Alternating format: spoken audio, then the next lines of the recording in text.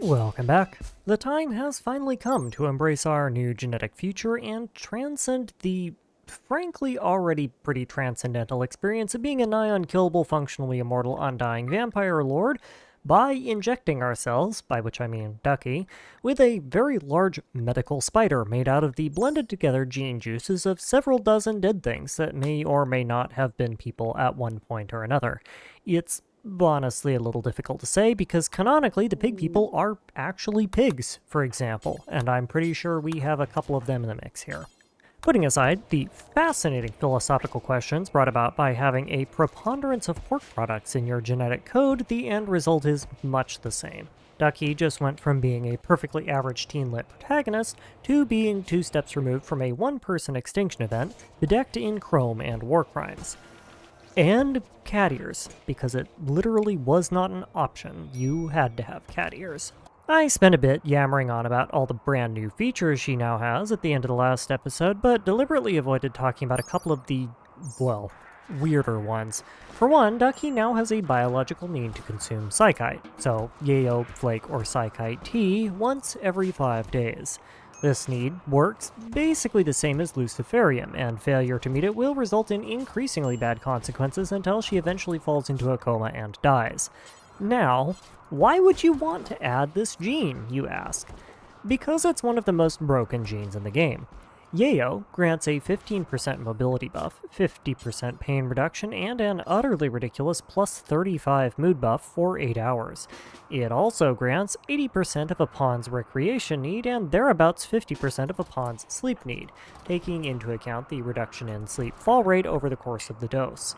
With her normal gene payload, Ducky is immune to all of the negative chronic conditions caused by psychite usage, and as part of her psychite need, she will never develop a dependency on it. When combined, this allows her to consume as much yayo as she wants, forever, with 0 health consequences. And to top it all off, the game considers this gene a debuff, allowing me to give her more mods as a result of it being included. Hello, Ludian. You killed my game balance. Prepare to die.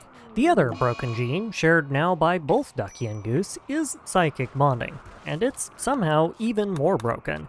When a pawn with psychic bonding romances another pawn, they will immediately form a partnership strengthened by the psychic bond that passively grants a plus 50 opinion of their partner, a 0.5 pain multiplier, 15% bonus consciousness, a 10% increase in psychic sensitivity, and a plus 12 mood buff on top of whatever they get from being partners whenever the 2 pawns are physically nearby. And they also get associated debuffs when they're apart. Now, what together means is a little bit arbitrary, but basically they have to be on the same map tile or caravan and not in cryptosleep or using any other system that despawns their avatar like the gene sequencer. All of this is packaged together in a gene that is the same price as another gene that grants a passive 5% manipulation bonus, which, hello? Did anybody playtest this DLC before it was released? Now, unfortunately, unlike that manipulation bonus, there's a catch with this gene. It only applies when a pawn romances another pawn. Fortunately, you can now tell pawns to do this. Unfortunately, you can't tell pawns to do this if they are already married, which is so laughably unrealistic that I honestly think it was an oversight in how the game was implemented, and or substantive proof that nobody who programmed or tested this game was married. Friendly PSA for you folks looking for a special someone, getting married is just signing your name on a piece of paper. Maintaining a marriage is exactly the same as maintaining any other relationship, and romancing your partner is very much part of this. So anyway, I had to debug divorce Ducky and Goose and then remarry them to get the bond to work. Doing these 2 pawn upgrades did, however, entirely exhaust my supply of archive capsules, so I then need to go on another shopping spree. Just to prove a point, I decided to take Goose on this to show what happens when you separate 2 cyclically bonded pawns, and it turns out to be a minus 25% consciousness debuff and a 10-point mood debuff, which is ouch. It's very bad. I guess this is why the gene is so cheap, though the downsides seem way too easy to mitigate for me to think that it is in any way balanced. And speaking of in any way balanced, our combat capacity just went through the roof. If they weren't already, our pawns all now have an effective 20 shooting and or melee skill, depending on their weapon of choice, and no longer are penalized in any way for having to move through water. They have no damage flinch effects to worry about, and they have all the passive benefits of being a vampire with none of the downsides, such as the UV sensitivity. This combination of nonsense allows me to quite literally walk up to an entire mechanoid sapper raid in the open without cover and start picking them apart in a fair fight. Well, actually, no. It wasn't a fair fight. Fair implies that the mechanoid stood a chance. Our single biggest loss during this entire raid was some armor durability and 2 blocks of plasteel wall. This was in no way fair. And if that wasn't enough, Chalky's now basically just depth personified to mechs, because he's a brawler, with a melee skill of 20, equipped with a Masterwork class obsidian sword that deals 52.5 points of damage on a good attack with a 77% armor penetration rate, which is just shy of enough to invalidate everything in the game short of power armor or a flak vest. He also has strong melee, which multiplies all melee damage he inflicts by 1.5, resulting in him quite easily being able to single-handedly beat down entire centipedes by himself without any of the buffs that would come from having a psychically linked partner or consuming yayo. Between this fight and the subsequent next development stage of the colony's kids' development, which is largely underwhelming, by the way, I do realize that there's something I hadn't thought about earlier. Having infinite numbers of kids is great and all, but the annoying thing with psychic bonding is that it is an entirely romantic endeavor. There is no such thing as platonic psychic bonds, which kind of ruins the whole twin power tower thing that I was gonna do, but whatever. This is somewhat inconvenient, as it turns out. When your entire colony is composed of you, all of your siblings, your parents, and that one random honorary godfather that is 3 times your age, and as such, romantic prospects are a little bit slim on the ground. Thus begins my next hypothetical mission, finding some willing genetic donors, with which, as a side note, proved to be an entirely pointless mission for reasons that will become apparent in a little bit. But anyway, the mission is to find genetic donors. This is a little bit harder than it sounds. By default, pawns with germline genes, such as all the factions I've been fighting, will pass those genes down to their children. We don't want this, since germline genes, unless explicitly overridden by the xenogene you apply on top of them, persist after implanting the xenogene, which means that we will get all the negatives of the other races if we have to use them to raise our surrogates. As a result, we need genetic material from baseline humans, the recruitment of which is a tad bit tricky given that the only baseline human factions available to us are friendly, and would probably object to me abducting a bunch of their people for scientific experiments. To that end, I have opted to start carving my way through the hordes of random Odyssey set-piece dungeons that we've been collecting over the years. I've just kind of gotten in the habit of buying whatever maps I come across just in case they have a mission to get custom weapons because, as we saw with the Odyssey only run, those are a little bit strong. As a result, I have a bunch of locations marked that can potentially house cryptosleep caskets full of abductable and or recruitable humans for my colony. And as a side benefit, I also get incredibly valuable treasures, such as 7 large 2x4 steel tables. I love me some dungeon loot. This whole process is somewhat unexpectedly interrupted by a message indicating that Ducky is going into labor.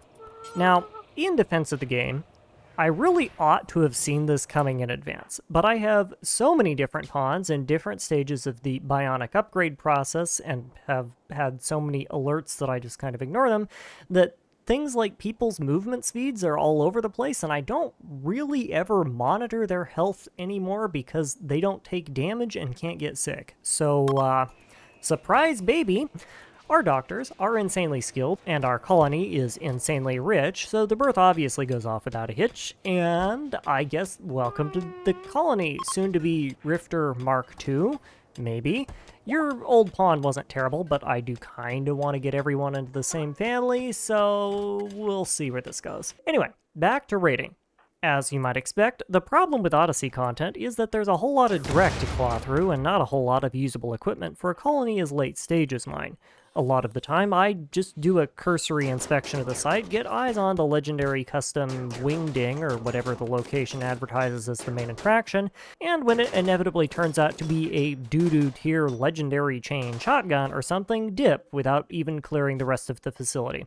Case in point, this legendary SMG is a direct downgrade of an excellent quality charge rifle, and the EMP rounds make it actively worse than a traditional firearm, so I'm not even going to bother collecting it. Have fun! Bye! On one of these missions, we even get a permanent upgrade in the form of Ducky sustaining crippling brain damage. Normally this is incredibly bad since all hits to the brain cause scars, but we're scarless and got lucky and rolled the 25% trauma savant roll on her in addition to that, meaning that once she heals up, she will now have an extra 50% manipulation at the cost of social skills that she did not have and no longer needs due to the plethora of social pawns in our colony, and the fact that she can telepathically communicate with Goose anyway. Alright then, sure, brain damage is good. We'll make that a note on my list of things this DLC utterly trashes, Mark III.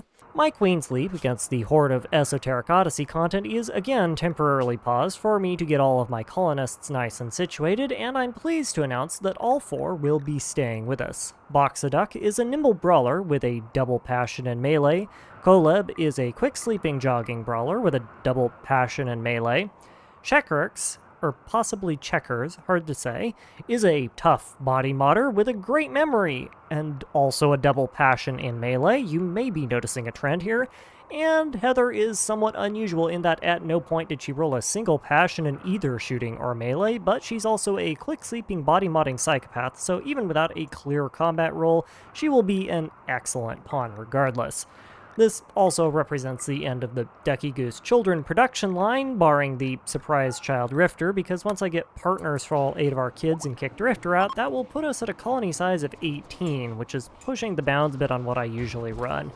Generally, I prefer to keep numbers somewhere between 12 and 16 just to minimize the lag and keep the game speed healthy, but at some point I'm going to need to crew a grav ship and a full strike team, so a few more won't hurt. And after we run out of friendly local Odyssey content to steamroll over painfully, Squirrel Brain gets the best of me, and I decide it's time to do some good old-fashioned recruiting, because I cannot be bothered to wait and find another baseline human worth abducting from dungeons. To that end, I pay a visit to my currently very much no longer friendly local tribal faction and do a lightning raid against it with the single and express purpose of abducting Brico Brizos, a nimble tortured artist with a double fire passion in art and shooting. These are pretty much traits that I would have built into my own colony children at some point anyway, and she's about the same age as Rifter, so congratulations, you're being rescued. Please do not resist. I then discover that she's sterile, which completely violates the whole point of all of this, so I ship her back not 8 hours later, but not before I removed her legs to prevent the berserk rages that generally are caused by long prisoner recruitment processes. One does have to wonder what was going through the tribals' minds from this, though, because to them, a previously friendly ship just fell out of the sky, spat out 4 superpowered human-demon lightning-shooting monsters, and those demons didn't bother attacking and instead leapt in, picked up a random person who fell over for completely unknown causes a few seconds earlier, and scooted away in less than a minute, leaving the colony entirely untouched except for the 1 missing person and 1 random bullet wound in a passerby. That missing person was then shipped back to them before the night was over, entirely unharmed with the exception of her legs, both of which were surgically amputated. So I guess we're the leg bandits now. Cool. So we're going to try that again. And this time around, we're going to get someone who can actually do the thing we need her to do. My next target of opportunity is a sanguine, tough undergrounder named Ostrich, who, if I'm not mistaken, is going to be our 5th melee combatant if we ever bother recruiting her. It's the same plan as before. Newt on in before any of the defenders have a chance to react to our presence, stun her, pick her up, and start pogo-sticking our way back to the ship. Easy peasy, in and out, under an hour. Normally, you would have to worry about things like brain damage from the psychic shock lances, doing things like setting her head on fire, which, as you can imagine, is somewhat debilitating, But that isn't a problem for us because genes are a thing and we didn't roll the chance besides. So while we're waiting on Stockholm Syndrome to set in, let's also figure out the whole bedroom situation. And no, not like that.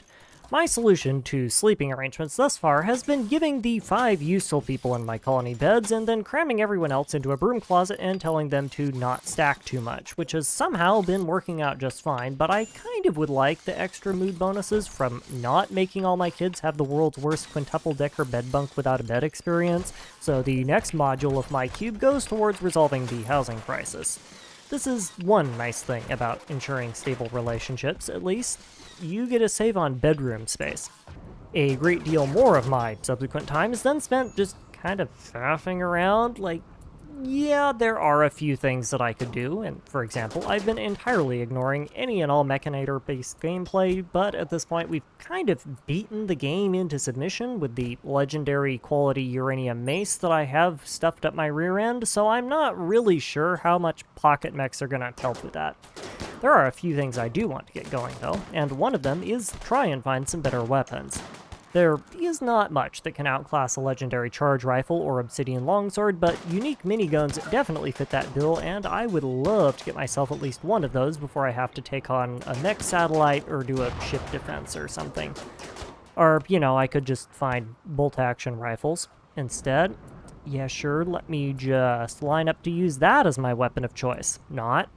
Despite my best efforts and the permanent extinction of any and all mercenaries on this side of the planet, no such minigun is forthcoming, leaving me to cut my losses, nurse my injuries for a whole 5 seconds until they heal, and conclude that I will simply have to make do with universal masterwork plus quality weapons. Ho-hum, so sad.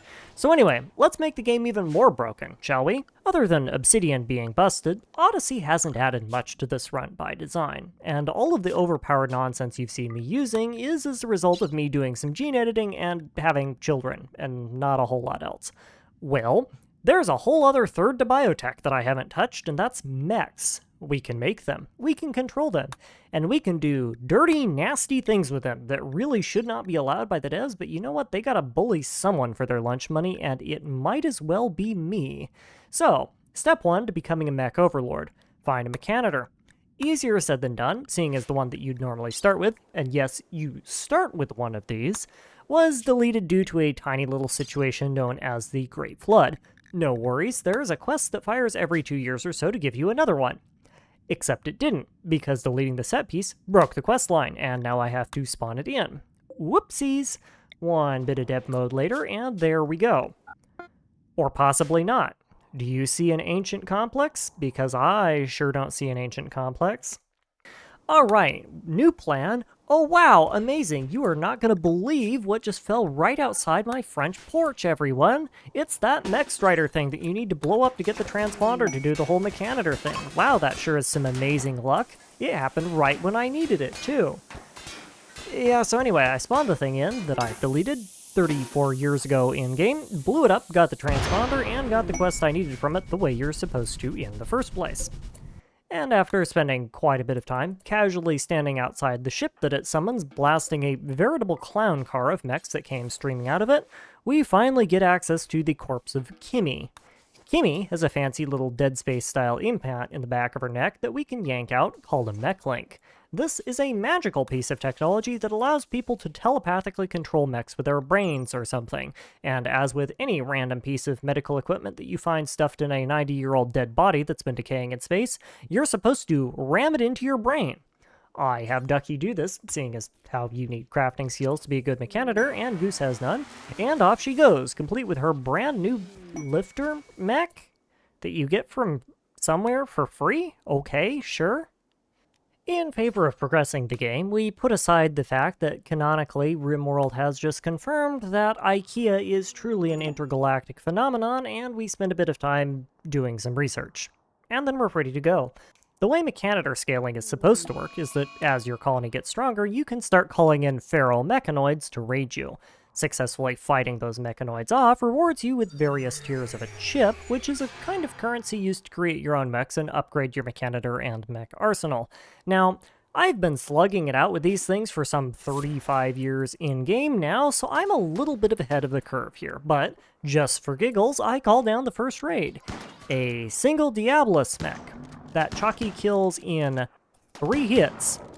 It was escorted by 3 Militors that Chalky also killed in 3 hits.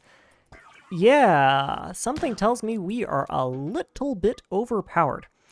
After waiting the mandatory 2-day cooldown required to summon more mechs, and boy do I wish there wasn't a cooldown to this, and also boy do I wish normal mech raids had a 2-day cooldown, but sure, why not, I'm then able to summon the War Queen threat, which is the second tier of summonable mech. Woo woo, big scary. Now, I was going to be cheeky and have Chalky solo the whole raid again, but in my haste to give them the business, I overplayed my hand and was forced to withdraw him. On the other hand, I also have half a dozen other colonists who are more than capable of picking up the slack, even when I fight in the absolute stupidest way possible, so still not a problem to deal with. Either way, this nets me the second tier of chip, which I already had a good dozen of, just casually chilling out in my storage. Yes, not my first rodeo, Randy, not by a long shot. 2 more days and 2 billion more points of research later, and oh boy, we're getting ready to face down an Apocrytron. Literally. As in, like, face to face, because I took my entire melee combat team and just kind of blobbed them in its face so that it could stab things, and then took my shooty team and stuffed them outside the door so they could shoot things until they stopped moving. Strategy?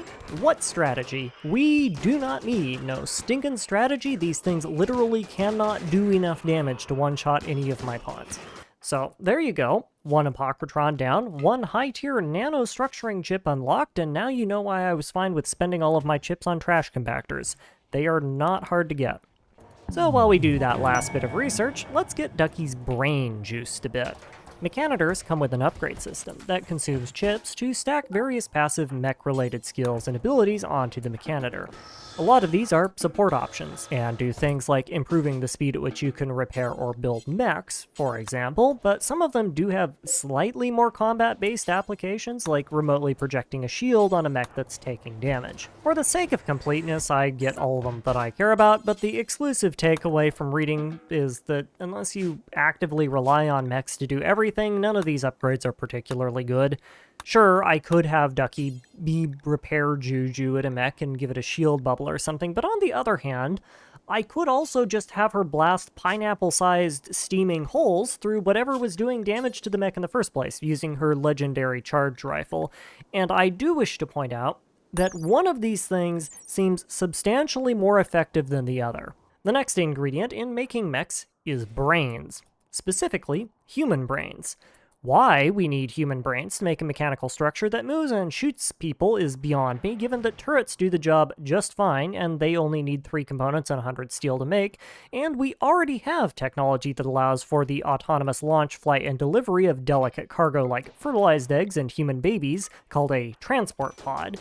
So logic dictates we probably could just take one of those, weld turrets to it, and call it good, but I digress. Point is, in order to make a mech, we need something called subcores, and high subcores, the highest tier of them, require, destructively scanning people's brains with something called a rip scanner and liquefying their head.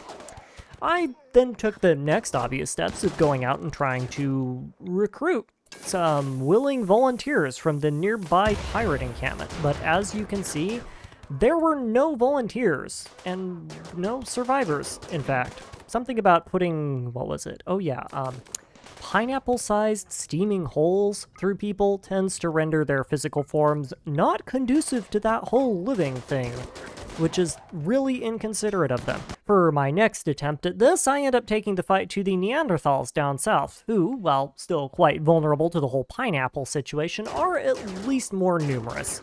This is the colony that I've been bombarding with toxic waste for the past 30-odd years, by the way. As you can see, it has some issues with its everything. This attempt goes much better, in so much as half of an intact prisoner is better than no intact prisoners, but I was only able to capture the one I got because somebody, looking at you, Chalky, cut off both of her legs, and her eye, and her nose, and her jaw. That's fine, all we need is brain, the rest is extra. Or I could just wait for a normal raid and then mop up the remaining survivors thereafter. This actually serves two purposes, because now I have like twice as many people who need hemogen, so I had to stock up my supply of juice boxes from this raid as well. Either way, this should be enough people to get things started. Or not. As you can see, time has passed, and there is a very suspicious lack of any and all pirate factions within a single day's flight of my base. That lack is due to the equally suspicious presence of the 10 high subcores in my faction's inventory, which are all that remain of the 200-odd raiders that I took out for spring cleaning reasons. Spring is now very, very clean. The next step of the whole becoming a mech lord is to make the mechs in the first place. Now, there are a lot of mechs. Like a lot. So let's go through the executive summary.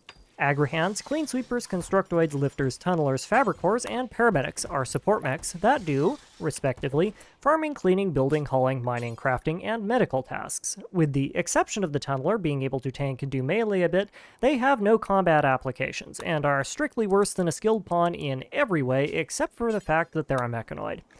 Cool. Those are all useless. How about combat mechs? Well, on an individual basis, mechs are honestly not that great at combat compared to a decent pawn either. Militors are kind of just bad, full stop. Pikemen are decent area denial tools, but even when you mass them, they don't do enough damage to fight back against late-game meatball raids. Scorchers are close-range flamethrower units, and as such, exist somewhere on the spectrum between useless and actively a liability. Scythers are just strictly worse melee units, and Lancers have a decent weapon but terrible DPS, and are incredibly swishy to boot, so no. Centipede Gunners are tanky and have decent DPS, but can be countered by moving, and Centipede Burners are just centipedes, but shoot fire instead of bullets, which does basically nothing. That leaves us with not a whole lot of options. Diaboli weapon loadouts would make Diaboli a decent mech in an open field fight, but none of their weapons synergize well with use in farm boxes, and they are too slow to deploy in the water, so we literally can't use them, they will die. Tesserons are just Lancers, but worse than Lancers, because their weapon does fire damage, which for the third or fourth time now, I will reiterate, does not work in water. War Queens are funny for sending out swarms of Zerg, but they cost steel to make the Zerg, and a Zerg of friendly units in a farm box is actively anti-helpful, and in an open field will do nothing, and the War Queens can't do much else, so again, no. This leaves us with precisely two mechs that have any practical combat applications in a late-game colony, period: Centurions and Legionaries. Thankfully, they're both incredibly overpowered. Centurions are big, slow, and have weak, long-range area denial weapons, which is on its own nothing special. They make up for this by having a very large regenerating shield bubble on their back, with IFF detection for projectiles. Your pawns can shoot through it just fine. Enemy pawns and mechs cannot. Think of it like a portable low shield pack from Royalty, but mobile, reusable, intelligent, and with limited HP. Legionaries are the same idea, although their bubble is smaller and their weapon is kind of laughably pathetic. They make up for this by having very low bandwidth requirements and being utterly dirt cheap to make and repair, to the point that a fully maxed Mechanitor can field 15 of them at a time and fully repair all of them from down on the ground to functionally usable in a couple of days. 15 Legionnaires with 200 points of shield each is 3,000 points of entirely free ablative armor for a fire team of ranged pawns, and between their passive shield regeneration and quick shield recovery times, it's enough to eat several hundred high-power sniper rounds before you're forced to retreat. Since they also have no purpose other than to be giant metal sponges, they can also passively regenerate energy when not in combat, meaning that their maintenance costs, which are ostensibly what are supposed to balance the use of mechs in the first place, are next to zero. Now, power scaling being what it is, I had a seriously hard time quantifying just exactly how stupidly overpowered these little shield balls are for good solid defenders. And my pawns are strong enough to the point that I end up stomping incoming raids even before I could get my reinforcements out the door, which is fine, because I have a solution. More raids, and also building a giant spaceship to attract raids, because I guess we're leaving the world now? That works for me. First stop is getting a persona core. That was easy enough. We just checked the couch cushions for some spare change, threw it at an ally, they sent us a location of core being dutifully guarded by a swarm of feral raccoons, and after dealing with the raccoon guards via, punching them, we hauled a core back and crank it out into a ship. Once we get that going, we didn't even have to wait long for their first raid either. A big scary ball of mechanoid, all set to push our beans in and deliver a double-fisted mechanical suppository. Or they would be, if they could do damage to us. So, the thing about Legionnaires is that they're actually one of the faster units in the game and can only really be outrun by Scythers or pawns with chemical assistance.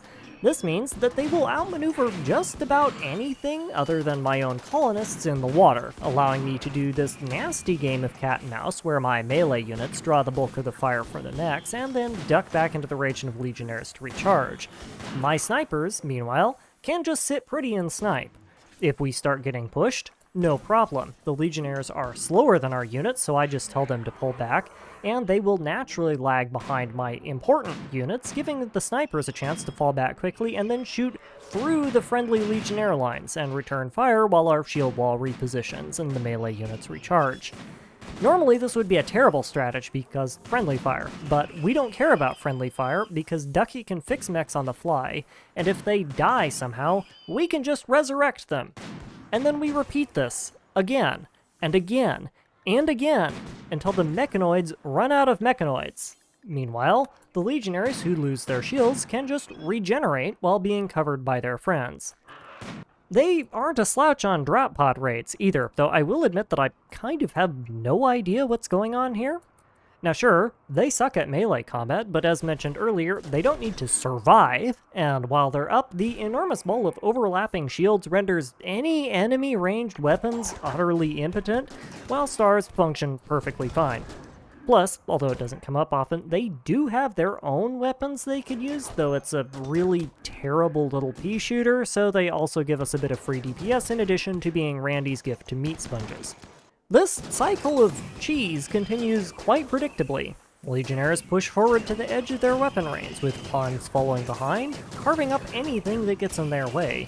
My 4 melee combatants are usually used as bait to absorb fire, because missed shots will still damage a Legionnaire's shield, but they don't do anything to a personal shield on a pawn. Or if the raid is going well enough, sometimes I even get gutsy and leap them in to clean out the mess a bit faster, or use them to assassinate priority targets. And guess what? If a Legionnaire dies, oh no, they cost, get this, 50 steel and 15 hours in a mech gestator to fully repair, which is like maybe the scrap of 5 mechs, if that, or 1 or 2 well-armored pawns worth of gear melted down in a smeltery. It's basically free.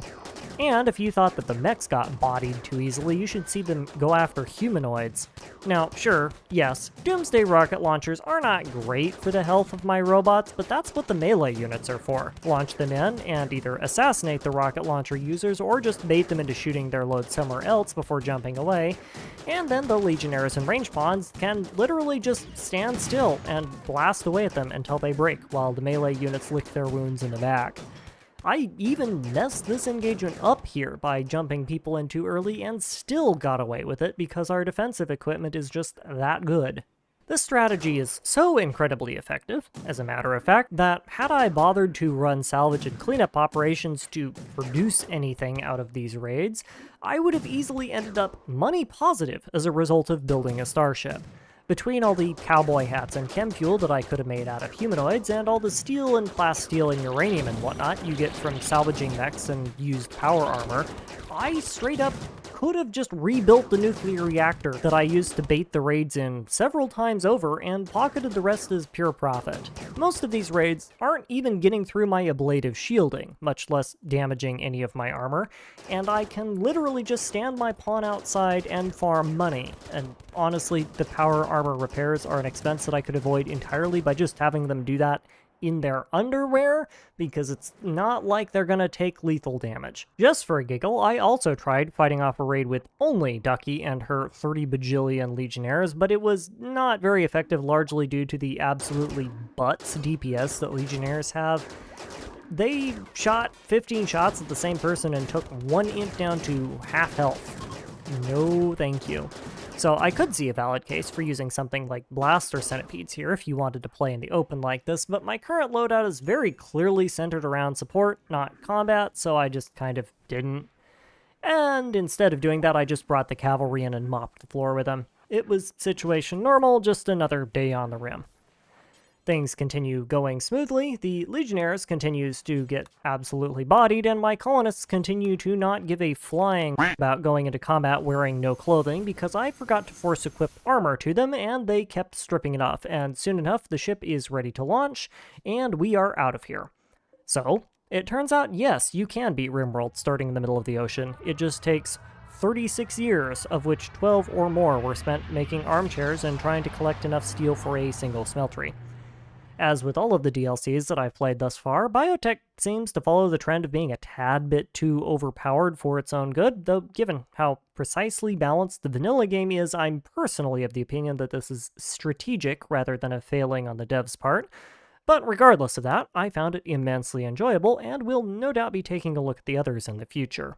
For now, though, I will simply say thank you for your time, and I hope you enjoyed.